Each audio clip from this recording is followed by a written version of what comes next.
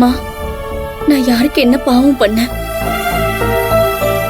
நான் வாழணும்னு தான் கல்யாணம் பண்ணி போனேன். இப்ப வாழ வழி இல்லாம வந்திருக்கேன்.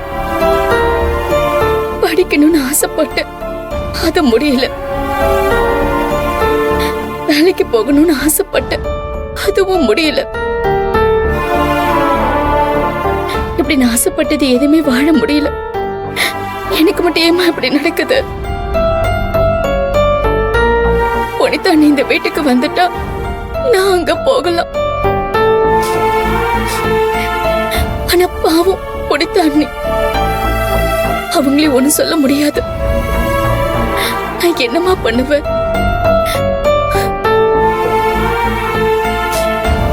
அமுதா, அப்பா ஒண்ணு இல்லப்பா, சும்மா அம்மா படம் தூசியா இருந்துச்சு, அதை துடைக்கலான்னு வந்தேன். ஏம்மா போய் சொல்ற? நீ உங்க அம்மா கிட்ட உன் மனசுல உள்ளதெல்லாம் சொல்லிக்கிட்டு இருக்கும் போதே நான் வந்துட்டேன். உன் அம்மா தான் போய் சேர்ந்துட்டா. உன் அப்பா நான் இன்னும் உயிரோட தானே இருக்கேன். என்னப்பா எதுக்கு இப்படி எல்லாம் பேசுறீங்க? ஒரு பொண்ணு மனசுல பட்டத தகப்பனை விட தாய்கிட்ட தான் சொல்ல முடியும். அது எவ்வளவு சரியா இருக்குன்னு இப்பதான் உணர்றேன். நான் இருந்தும் என்கிட்ட உன் மனசுல இருக்கிறத சொல்ல முடியல பாரு. புனிதா இந்த வீட்டுக்கு வந்தா தான் நீ புகுந்த வீட்டுல வாழ முடியும். ஆனா புனிதா கிட்ட உன்னால இதை சொல்ல முடியாது. இது ரெண்டுக்கும் நடுவுல நீ படுற பாட்ட என்கிட்ட சொல்ல முடியாதுன்னு நீ அம்மா கிட்ட சொல்றியா அமுதா? அப்படி எல்லாம் இல்லப்பா. அம்மாடி, நான் புனிதா கிட்ட போன்ல பேசிட்டேன் அமுதா. அவளை நினைச்சாலும் சங்கடமா தான் இருக்கு. ஐயோ, என்ன அவரு புனிதாக்கு எப்படி சாதகமா பேசிக்கிட்டு இருக்காரா? ஆமாப்பா, இததான் நான் அம்மா கிட்ட பேசிக்கிட்டு இருந்தேன். அண்ணி நிலைமைய நினைச்சா எனக்கும் கஷ்டமா தான் இருக்கு.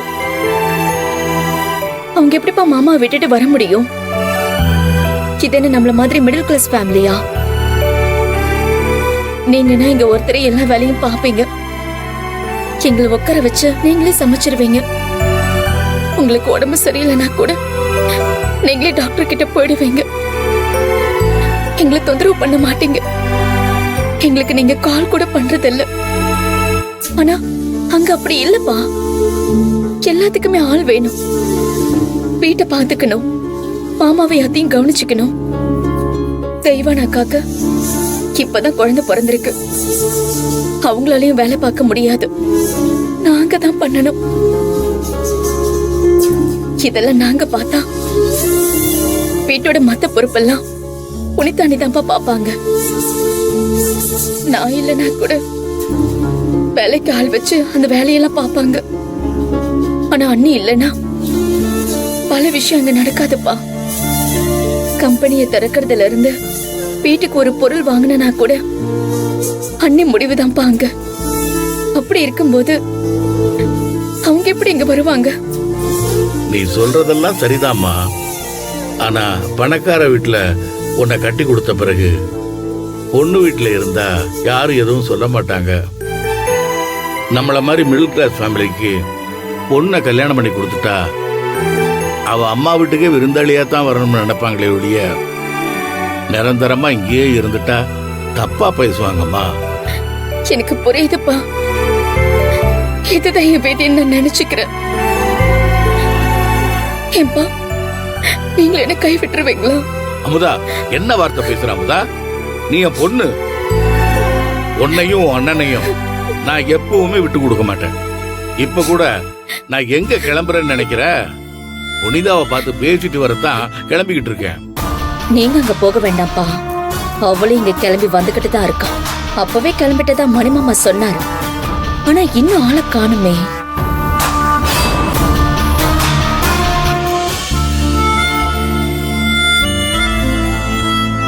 அப்பா, அண்ணியோட மனச கஷ்டப்படாம பேசுங்க. அவங்க அங்கே இருக்கட்டும், நான் இங்கே இருக்கேன்ப்பா. என்னால நீங்க கஷ்டப்பட வேண்டாம். எவ்வளவு நல்ல மனசு அமுதா உனக்கு.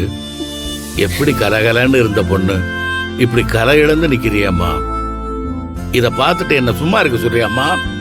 நான் போய் பேசிட்டு வந்துடுறேம்மா. புனிதா,